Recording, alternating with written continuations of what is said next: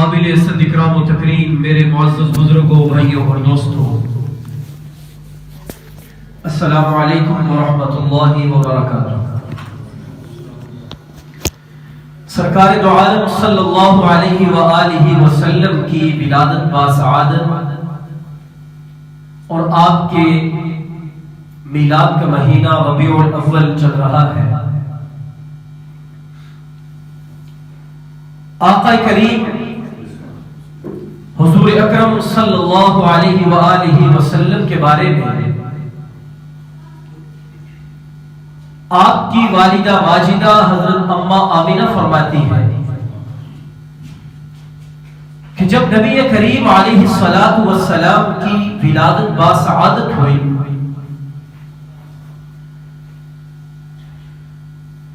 تو اس گھڑی اس کمرے کے اندر اتنا نور پھیل گیا اور کمرہ اتنا منور ہو گیا، مجھے یوں لگا جیسے سورج میرے گھر میں آ چکا۔ اور آقا کریم علیہ الصلوۃ والتسلیم نے دنیا میں آنے کے بعد چونکہ آپ علیہ الصلوۃ والسلام کا یہ بھی ایک معجزہ ہے،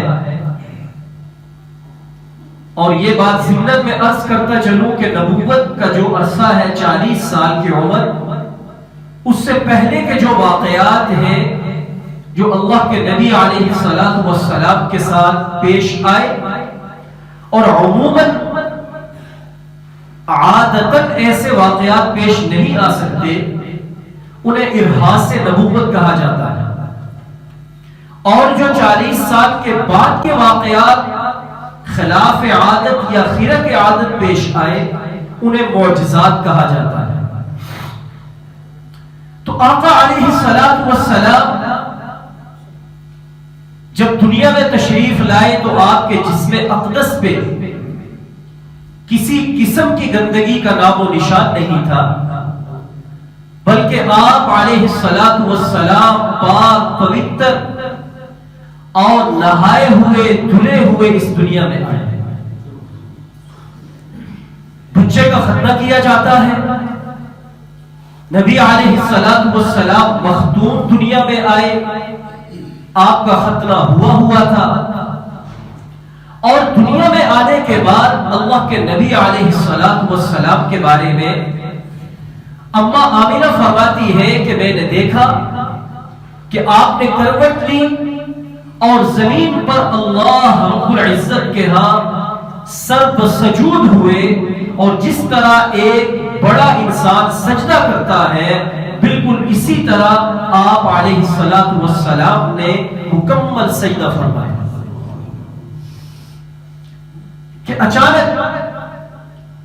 آپ علیہ الصلوۃ والسلام جب سجدے سے سر اٹھا رہے تھے تو ہاتف غیبی سے آواز آئی کہ اس بچے کو لے جاؤ،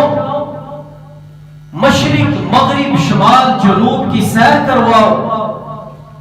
اور حضرت آدم علیہ الصلوۃ والسلام سے لے کر عیسیٰ علیہ الصلوۃ والسلام تک جتنی انبیاء کی عادات، اخلاق اور صفات ہیں وہ اس بچے میں منتقل فرمایا۔ اماں آمینہ فرماتی ہے کہ میں نے اس وقت ایک منظر یہ بھی دیکھا کہ جب کمرے میں نور پھیلا تو فارس کا وہ آتش کدہ جو ہزاروں سال سے جل رہا تھا اور کبھی بجھا نہیں تھا۔ آپ حضرات کو یہ بات پتا ہوگی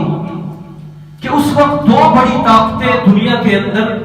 مسلمہ مانی جاتی تھی، ایک کو کسرا کہا جاتا تھا اور دوسرے کو قیصر۔ روم کا جو بادشاہ تھا وہ قیصر تھا، اور فارس کا جو بادشاہ تھا اسے کسرا کہتے تھے، اور یہ لوگ آتش پرست تھے، آگ کی پوجا کرتے تھے، اور ان کے فارس میں بہت بڑا ایسی رکھی ہوئی ایک چیز تھی کہ جس کے اندر آگ روشن رہتی تھی، اور وہ آتش کدہ کبھی بجھا نہیں تھا۔ اما آمینہ فرماتی ہے کہ مجھے اس نور کے اندر یہ بات دکھائی گئی کہ ہزاروں سال سے روشن وہ آتش کدہ بجھ گیا، اور کسرا کے محل کے 14 کنگرے وہ زمین پر گر پڑے، زمین بوس ہو گئے، اور مجھے شام کے محلات جو اس وقت روم کے زیر سلطنت تھا وہ مجھے روشن ہوتے دکھائی دیے۔ گویا کہ اللہ رب ذوالجلال یہ بتا رہے تھے کہ اللہ تعالیٰ نے جس ہستی کے ہاتھ پر ان تمام ملکوں کو فتح کرنا ہے، اور وہ ہستی کے جس نے آنے کے بعد دنیا کے تمام معبودان باطلہ کو مٹانا ہے، وہ اب دنیا میں آ چکی ہے۔ تو اس وقت عرب کے اندر عادت یہ تھی کہ لوگ اپنے بچوں کو دودھ پلانے کی غرض سے عرب کے دیہات اور گاؤں میں بھیجا کرتے تھے، چونکہ مکہ شہر تھا، اور دوسرا بھیجنے کی ایک وجہ یہ بھی تھی کہ مکہ چوراہے پہ واقع تھا، یعنی اطراف سے جتنے بھی قافلے آتے تھے وہ مکہ سے ہو کے گزرتے تھے، تو ان لوگوں کے آنے کے ساتھ مکہ کے رہنے والوں کو یہ خطرہ رہتا تھا کہ کوئی بیماری بچوں کو نہ لگ جائے، جیسے آج کل وائرس کا شور ہے، کوئی وائرس بچوں میں نہ منتقل ہو جائے۔ اور پھر مکہ میں اگر بچہ پرورش پائے گا تو وہاں چونکہ رنگ رنگ کے انسان تجارت کی غرض سے آ رہے ہیں، تو عرب کی عربی زبان کی جو شستگی اور فصاحت ہے وہ بچے کے اندر نہیں آئی، اور کھلے ماحول کے اندر جو بچے کی اچھی صحت اور اس کی افزائش ہوتی ہے وہ یہاں پر نہیں ہو پائی۔ چنانچہ اس غرض سے عرب کے دیہاتوں سے دائیاں آتی اور آ کر اجرت طے کر کے بچوں کو لے جاتے۔ مکہ سے اگر طائف کی طرف جائے تو تقریباً 110 کلومیٹر کے بعد ایک قبیلہ آباد تھا جس کا نام بنو سعد تھا۔ جس سال آقا علیہ السلام کی پیدائش ہوئی اس سال قبیلہ بنو سعد کی 10 عورتیں اسی غرض سے مکہ آئیں۔ ان 10 عورتوں کے اندر ایک عورت جس کا نام حلیمہ سعدیہ تھا وہ بھی تشریف لائی۔ حلیمہ سعدیہ کے گھر کا یہ حال تھا کہ قحط سالی کی وجہ سے کھانے پینے کو کچھ نہیں تھا۔ آپ کے ساتھ جو اونٹنی تھی، جو گدی تھی، وہ دونوں لاغر اور بیمار۔ تو بنو سعد کی عورتیں ایسے کرتی کہ کچھ سفر کرنے کے بعد پڑاؤ کرتی، حلیمہ سعدیہ کا انتظار کرتی کہ ان کی سواری سست ہے، جب وہ ان کو پا لیتی پھر وہ چل پڑتے۔ لیکن 2-3 پڑاؤ کے بعد وہ عورتیں تھک گئیں اور حلیمہ سے کہنے لگی کہ حلیمہ آپ کی سواری تو بہت کمزور ہے، اگر ہم آپ کے انتظار میں رہیں تو ایسا نہ ہو کہ ہمیں کوئی بچہ نہ ملے، لہذا آپ پیچھے آتی رہو، ہم وہاں پہنچتی ہیں۔ چنانچہ حضرت اما حلیمہ سعدیہ اسی سست رفتاری کے ساتھ سفر طے کرتی رہی۔ تو جب آپ مکہ مکرمہ تشریف لائی تو اس وقت جتنی پہلے پہنچنے والی دائیاں تھیں وہ اچھے اچھے گھرانوں کے، امیر گھرانوں کے بچوں کو پہلے ہی لے چکی تھی۔ ایسا نہیں تھا کہ وہ اللہ کے نبی کے در پہ نہیں آئی، در پہ آئی، پوچھا بچہ ہے؟ جی ہے۔ دوسرا سوال یہ پوچھتی کہ کیا یتیم ہے یا اس کا باپ ہے؟ جب جواب ملتا کہ یتیم ہے تو وہ یہ خیال کرتی کہ ایک یتیم کے گھر سے ہمیں کیا ملے گا، اور اگلے دروازے کی طرف نکل جاتی۔ اصل میں اللہ تعالی نے حضرت اما حلیمہ کے بھاگ اور قسمت جگانی تھی، اور یہ ان کے حصے میں آنا تھا کہ در یتیم آقا علیہ الصلوۃ والسلام آپ کی گود میں آتے اور آپ کی گود کو ہرا بھرا کر دیتے۔ چنانچہ جب اماں حلیمہ سعدیہ پہنچی تو انہیں پتہ چلا کہ صرف ایک گھر ہے جہاں ایک بچہ موجود ہے، باقی بچے تو عورتیں لے کے جا چکی ہیں۔ آپ سیدھی اسی گھر گئی، سرکار دو عالم صلی اللہ علیہ وسلم کے دولت گدا پر تشریف لائی، جا کر اماں آمینہ سے پوچھا کہ بچہ ہے؟ تو اماں آمینہ نے اشارہ کیا، نبی علیہ السلام آرام فرما رہے ہیں۔ حضرت حلیمہ سعدیہ فرماتی ہے کہ میری نظر آقا علیہ السلام کے چہرے پہ پڑنی تھی کہ مجھے یکدم آپ علیہ السلام نور کا ایک ٹکڑا نظر آئے اور مجھے یوں لگا جیسے میری ساری مصیبتیں، ساری پریشانیاں، ساری تھکاوٹ وہ ختم ہو چکی ہو اور میں بے اختیار نبی علیہ السلام کی طرف لپکی اور انہیں اپنی گود کے اندر اٹھا دیا۔ اماں آمینہ نے ان کے پوچھنے سے پہلے کہا کہ بیٹا تو ہے لیکن یتیم ہے، یہ سوچتے ہوئے کہ کہیں انہوں نے بھی سوال کر لیا کہ اس کے باپ کدھر ہے، تو آپ کے ابا حضرت عبداللہ تو آپ کی ولادت سے پہلے ہی انتقال کر چکے تھے، تو ایسا نہ ہو کہ جب یہ مجھ سے سوال کرے اور پھر مجھے جواب دینا پڑے تو مجھے اور پریشانی ہے کہ ساری عورتیں جواب دے کے جا چکی ہیں۔ تو اماں حلیمہ سعدیہ فرماتی ہے کہ میں نے کہا کہ آمینہ میں نے تو آپ سے یہ سوال نہیں کیا، لہذا میں آپ کا یہ بچہ لینے کے لیے راضی ہوں۔ اماں آمینہ دینے کے لیے راضی ہو گئی اور حضرت حلیمہ سعدیہ لینے کے لیے راضی ہو گئی۔ فرماتی ہے کہ میں نے آمینہ سے کہا کہ آمینہ میں ہر سال اپنے گاؤں کے اندر بچوں کو لے کے جاتی ہوں لیکن آج تک میں نے اس جیسا حسین بچہ کبھی نہیں دیکھا۔ اماں آمینہ کہنے لگی کہ اے حلیمہ سعدیہ تو گاؤں میں رہتی ہے، میں یہاں شہر میں رہتی ہوں اور مکہ المکرمہ جیسے شہر میں جہاں ساری دنیا سے لوگ آتے ہیں، قافلے آتے ہیں، تو میں نے تمہاری بنسبت زیادہ بچوں کو دیکھا ہے، میں نے آج تک اس جیسا حسین اور روشن چہرے والا بچہ نہیں دیکھا۔ آپ علیہ السلام کے دادا حضرت عبد المطلب، گزشتہ جمعہ میں نے جن کا کچھ آپ کو تفصیل بھی بتائی کہ جن کا نام شیبہ تھا، وہ کھڑے تھے تو وہ کہنے لگے کہ آپ نے اس شہر میں نہیں دیکھا، میں تجارت کی غرض سے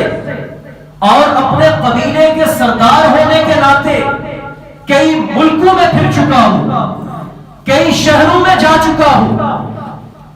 تم نے گاؤں میں نہیں دیکھا، شہر میں نہیں دیکھا۔ میں عبد المطلب اس بات کی گواہی دیتا ہوں کہ میں نے ملکوں کے سفر کے دوران بھی ایسا حسین بچہ کبھی نہیں دیکھا۔ حضرت جبرائیل امین تشریف لائے، ہاتف غیبی سے آواز دی کہ آپ تو ملکوں میں پھرے ہیں، مجھے اللہ رب ذوالجلال نے یہ طاقت دی ہے کہ میں آدم سے لے کر آج تک آنے والے ہر انسان کو جانتا ہوں اور تمام انبیاء کی طرف آیا ہوں، دنیا میں پیدا ہونے والے بچوں کو دیکھا ہے۔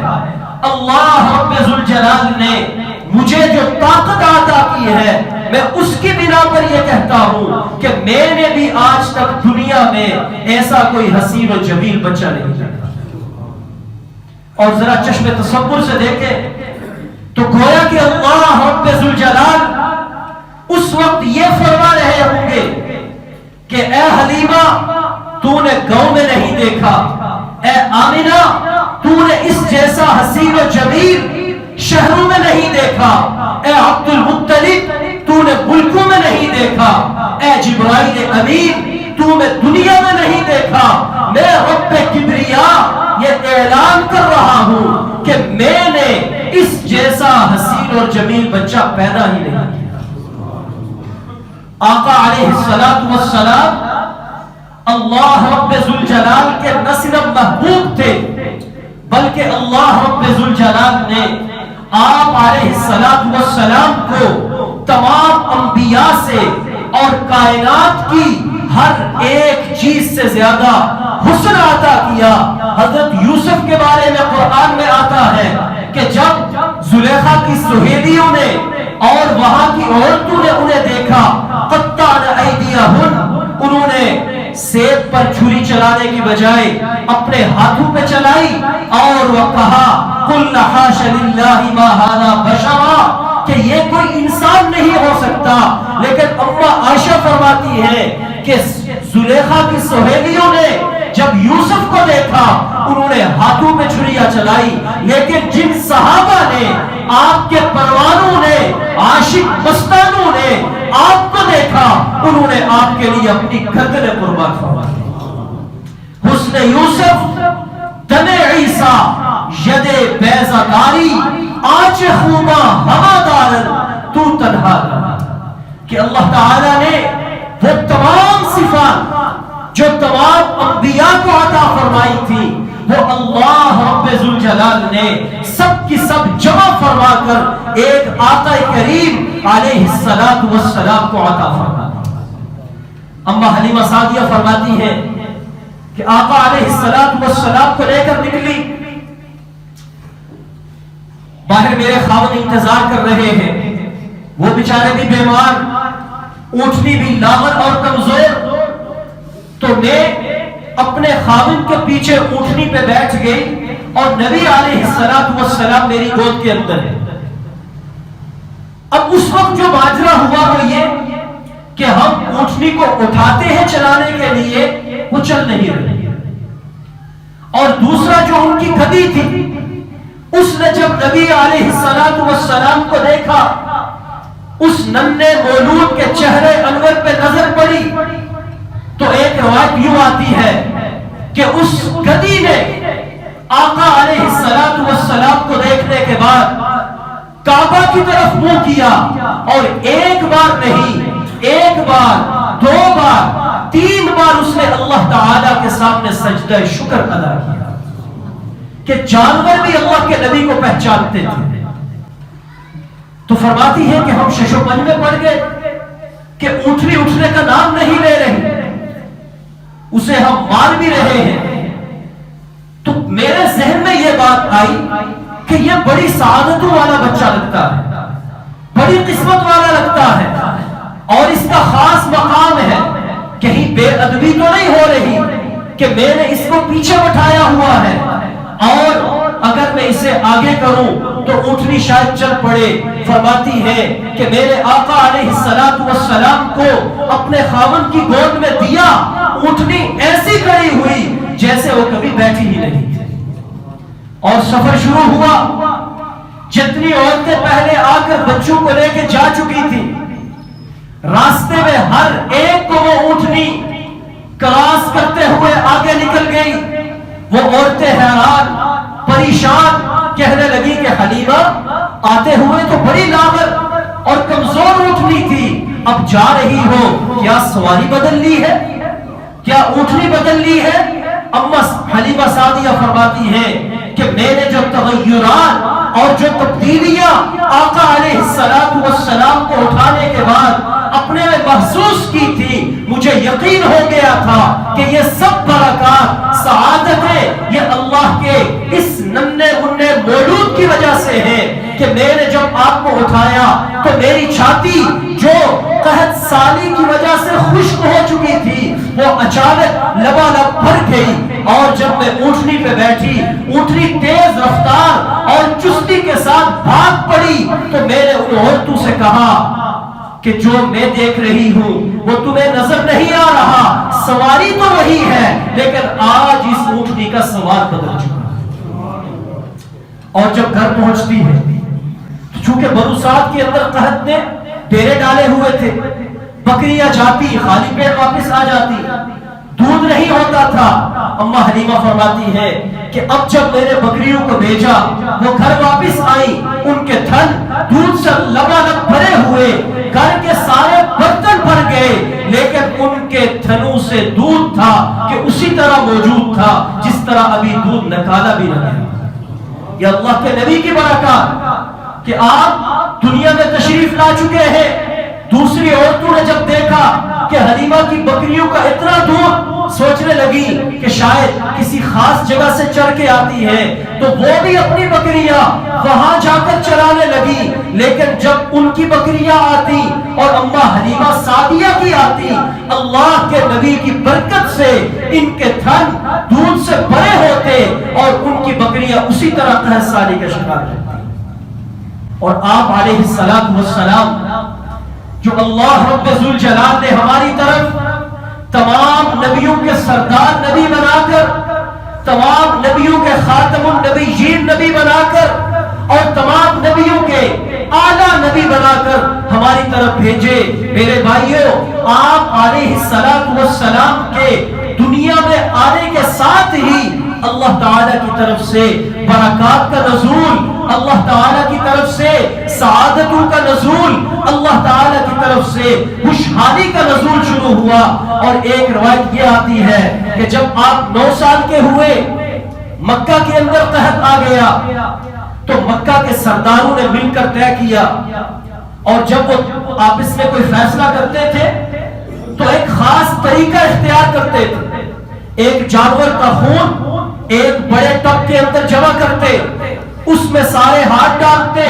اور ہاتھ ڈال کر ارادہ کرتے کہ ہم نے یہ کام کرنا ہے۔ چنانچہ مکہ کے بڑے 32 سردار اکٹھے ہوئے اور انہوں نے اسی طرح خون منگوایا، اس کے اندر ہاتھ ڈالا اور کہا کہ جانور مر رہے ہیں، لوگ بھوکے پیاسے ہیں، اور ہم بھی پتہ نہیں کب تک زندہ رہے۔ ایسا کرتے ہیں کہ آج رات بیت اللہ جاتے ہیں، بیت اللہ کی دیوار کے ساتھ چمٹ کر بیٹھ جاتے ہیں اور اللہ تعالیٰ سے بارش کو طلب کرتے ہیں۔ جب تک اللہ تعالیٰ ہمیں بارش نہیں دیں گے، اس وقت تک ہم وہاں سے نہیں ہلیں گے، بے شک ہمیں وہاں موت ہی کیوں نہ آ جائے۔ یہ بات طے ہو گئی۔ رات کو جب وہ سردار بیت اللہ کی طرف جانے لگے تو ان سرداروں میں ایک سردار اللہ کے نبی کے چچا بھی تھے، جنہیں ابو طالب کہا جاتا ہے۔ تو اللہ کے نبی علیہ السلام ان کی پرورش میں تھے، چونکہ والدہ بھی انتقال کر گئی، والد تو پہلے ہی فوت ہو گئے، اور آپ کے دادا حضرت عبد المطلب بھی دنیا سے چلے گئے، تو اب آپ 9 سال کی عمر تھی، اپنے چچا کی کفالت میں تھے۔ تو آقا علیہ السلام فرماتے ہیں کہ میرے چچا سے پوچھا، کیا چچا جان آپ کہاں جا رہے ہیں؟ تو انہوں نے بتایا کہ اس طرح آج ہم نے خانہ کعبہ کی دیوار کے ساتھ چمٹ کر اللہ تعالیٰ سے پانی کو طلب کرنا ہے، اور جب تک پانی نہیں ملے گا ہم وہاں سے نہیں ہلنے والے۔ تو آپ علیہ السلام نے فرمایا کہ چچا جان کیا میں بھی ساتھ چلوں؟ تو چچا نے کہا کہ اے بھتیجے تم وہاں کیا کرو گے؟ وہاں تو بڑے بڑے لوگ ہیں، سارے سردار آئیں گے، لیکن چلو تمہیں بھی ساتھ لے چلتا ہوں۔ تو جب مکہ کے لوگوں نے دیکھا کہ سردار اس طرح آ کر اللہ سے بارش مانگنے والے ہیں، تو مکہ کی عورتیں بھی، بچے بھی، عام عوام بھی، وہ بھی سب کے سب وہاں جا کر جمع ہو گئے۔ اب قبیلے کے وہ بڑے 32 سردار وہاں مکہ کے پاس گئے، دیوار کو ہاتھ لگایا اور اللہ رب ذوالجلال سے بارش کو طلب کرنے لگے، یا رب کعبہ استغثنی الغثا، یا رب کعبہ استغثنی الغثا، اے کعبہ کے رب ہمارے اوپر بارش برسا دے، ہمارے اوپر بارش برسا دے۔ پوری رات دعا مانگتے رہے، بارش نہیں ہو رہی۔ نبی علیہ السلام پیچھے بچوں کے ساتھ بیٹھے، آپ وہاں سے اٹھ کے آئے، اپنے چچا کے کپڑے پکڑے، تو چچا نے دیکھا کہ بھتیجا ہے، تو غصے ہو گئے کہ آپ آگے کیوں آئے ہیں؟ آپ کو نہیں پتا کہ یہاں سردار جمع ہے، چلو پیچھے جا کر بیٹھ جاؤ۔ آپ نے فرمایا کہ چچا جان کیا میں پانی مانگوں؟ فرمایا کہ جہاں بڑے بڑے سردار مانگ رہے ہیں وہاں تم کیا مانگو گے؟ چلو جا کر بیٹھ جاؤ۔ آپ علیہ السلام واپس تشریف لے گئے۔ اتنی دیر میں سورج نکل آیا، اب آسمان بھی گرم، زمین بھی گرم، اور رب کعبہ سے بارش مانگ مانگ کر وہ لوگ بھی گر رہے ہیں، پڑ رہے ہیں، ان کو بھی سکون نہیں۔ اللہ کے نبی علیہ السلام پھر تشریف لاتے ہیں اور آ کر چچا جان سے کہا کہ چچا جان اس گرمی میں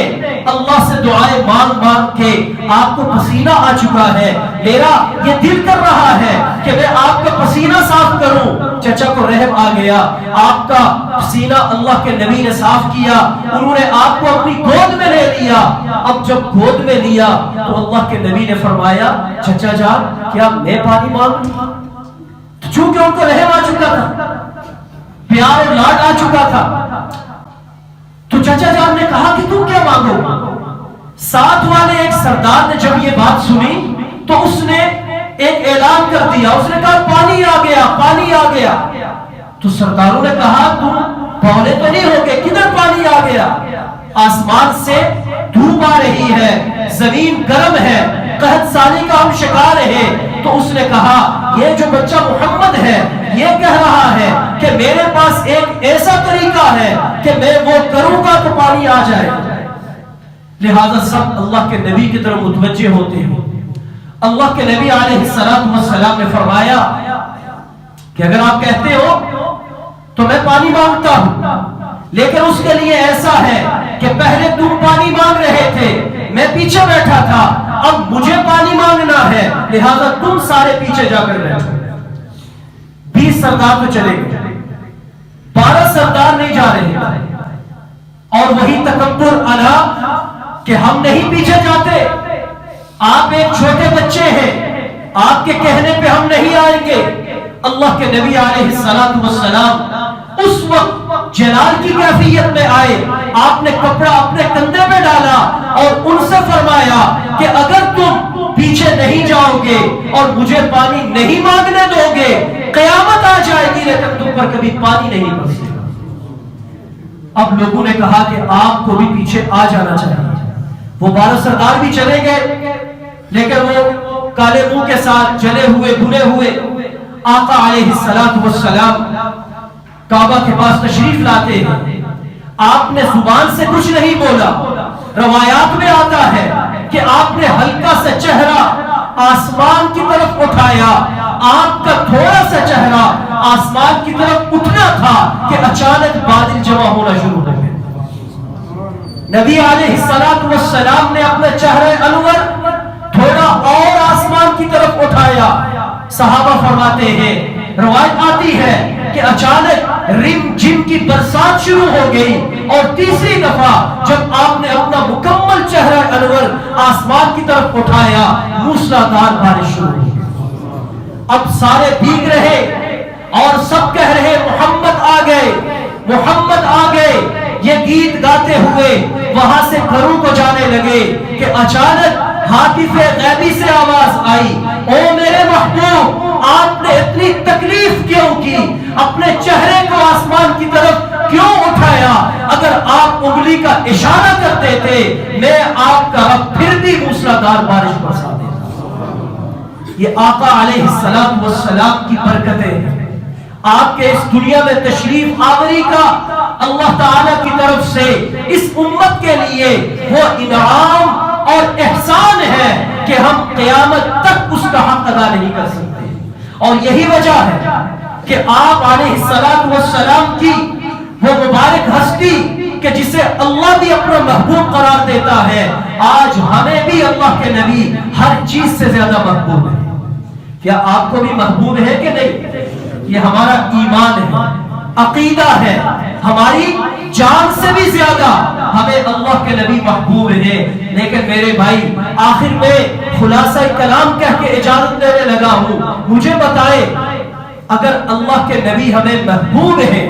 تو پھر ہم نبی کے طریقے کے خلاف کیوں کرتے ہیں؟ اس کے طریقے کے خلاف کیوں جاتے ہیں؟ یاد رکھیں جو اللہ کے نبی کے طریقے کے خلاف سنت کے خلاف جائے گا، اللہ تعالیٰ کے نبی کی رحمتیں، اس کی برکتیں اس انسان کو کبھی حاصل نہیں ہوئی۔ اللہ کے نبی تشریف فرما ہے،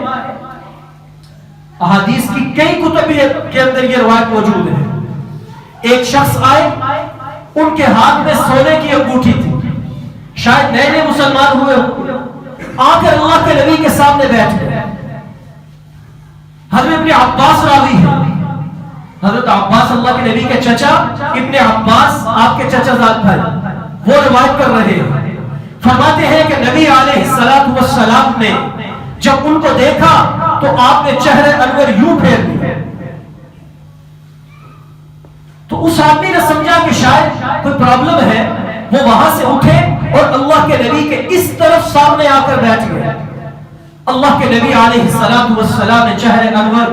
دوسری طرف پھینک دیا، ان کو دیکھنا بھی گوارا نہیں کیا۔ ابن عباس فرماتے ہیں کہ جب وہ وہاں سے اٹھ کے اس طرف آنے لگے، میں نے پکڑ کے بٹھایا اور میں نے ان سے کہا کہ کیا تمہیں پتہ نہیں کہ ہمارے نبی کریم علیہ السلام نے مردوں کو سونا پہننا حرام قرار دیا ہے اور یہ فرمایا ہے کہ یہ جہنم کی آگ ہے، یہ سونا نہیں ہے، تم نے انگوٹھی پہنی ہے، اللہ کے نبی اسی لیے تمہارے اوپر نظر رحمت نہیں فرما رہے، اس کو پھینکو۔ ان کو بات سمجھ آئی، انہوں نے انگوٹھی اتاری اور وہیں سے ایک میدان کے اندر پھینک دی۔ اللہ کے نبی علیہ السلام کے چہرے انور کھل اٹھا، تبسم آ گیا، آپ نے ان کی طرف دیکھا، آپ مسکرائے اور ان سے فرمایا یاد رکھو جو میرے طریقے کے خلاف جائے گا قیامت کے دن میں اس کی طرف اپنا چہرہ بھی نہیں رکھے۔ یا تو ہم آج اس بات کو تہیہ کریں کہ ہم نے مرنا نہیں، ہم نے قبر میں نہیں جانا، ہم نے روز قیامت اللہ کے سامنے پیش نہیں ہونا، ہمیں نبی کی شفاعت نہیں چاہیے، نبی کے مبارک ہاتھوں سے جام کوثر نہیں چاہیے۔ میرے بھائیوں، اگر ہم اس بات کا ایمان رکھتے ہیں، عقیدہ رکھتے ہیں کہ ہم نے مرنا ہے، قبر میں جانا ہے، اللہ کے نبی کے حضور پیش ہونا ہے، میزان عدل پہ کھڑے ہو کر حساب و کتاب دینا ہے، کامیاب وہی ہوگا جسے اللہ کے نبی علیہ السلام جس کی شفاعت کریں گے، جام کوثر پلائیں گے۔ تو آج اگر ہم نبی کے طریقے کے خلاف گئے، ہمارا چہرہ اللہ کے نبی کے چہرے کے خلاف ہو، ہمارا لباس اللہ کے نبی کے لباس کے خلاف ہو، ہم وہ پہنے جس پر اللہ کے نبی نے ہمیں حرام کہا اور منع کر دیا، تو میرے بھائی کل اللہ کے نبی اگر ہمارے سے منہ پھیر لے، مجھے بتاؤ ہماری بربادی نہیں ہوگی تو کیا ہوگا؟ محبت ہم کرتے لیکن اس محبت کا ثبوت دیں، جو اللہ کے نبی کا طریقہ ہے اس کو اختیار کرے۔ یہ سونا مردوں کے لیے پہننا حرام، اللہ کے نبی نے فرمایا عورتوں کے لیے جائز ہے، ان کو یہ زیور پہناؤ، اور اگر سونا چاندی رکھا ہوا ہے اس کی زکات ادا کرو، لیکن اسے جسم پر پہننا اسے آگ قرار دیا۔ جب اللہ کے نبی نے یہ بات فرمائی، وہ آدمی اٹھ کے جانے لگے۔ ابن عباس نے فرمایا تم نے وہ انگوٹھی پھینک کیوں دی؟ اسے اٹھا لو، گھر کی کسی عورت کو دے دینا۔ میرے بھائی یہی فرق ہے میرے اور صحابہ کے ایمان میں، آپ کے اور صحابہ کے ایمان میں۔ اس آدمی نے جواب دیا جس چیز کو میرے اللہ کے نبی نے حرام قرار دیا ہو، میں آج کے بعد اس پر نظر اٹھانا بھی پسند نہیں کرتا۔ آج ہم اس معیار کا ایمان بنائیں۔ وہ صحابہ تھے جن کی نقل کرنے کا اللہ نے ہمیں حکم دیا، اور یہ طے کرے کہ جس بات سے اللہ کے نبی نے منع کیا، جسے اللہ کے نبی نے حرام کہا، ہم اس چیز کے قریب بھی نہیں جائیں گے، اس کو دیکھیں گے بھی نہیں۔ اگر آج ہم نے اللہ کے نبی کے طریقے کے خلاف کیا، نقصان کیا ہوگا؟ کل نبی رحمت ہمارے اوپر نظر رحمت بھی نہیں ڈالے گا، اور ہم سب کچھ برداشت کر سکتے ہیں، لیکن اللہ کے نبی ہم سے ناراض ہو جائے، یہ ایک امتی کو کبھی برداشت نہیں ہو سکتا۔ تو اس لیے اس ولادت با سعادت کے مہینے میں کم از کم یہ تہیہ تو کرو یہ ارادہ تو کرو اور یہ کوشش شروع کرو کہ اللہ کے نبی کے جو طریقے ہیں ان طریقوں پر آنے کا میں عزم اور ارادہ کرتا ہوں. اللہ تعالیٰ توفیق عمل نصیب فرمائے. وما علینا الا البلاغ.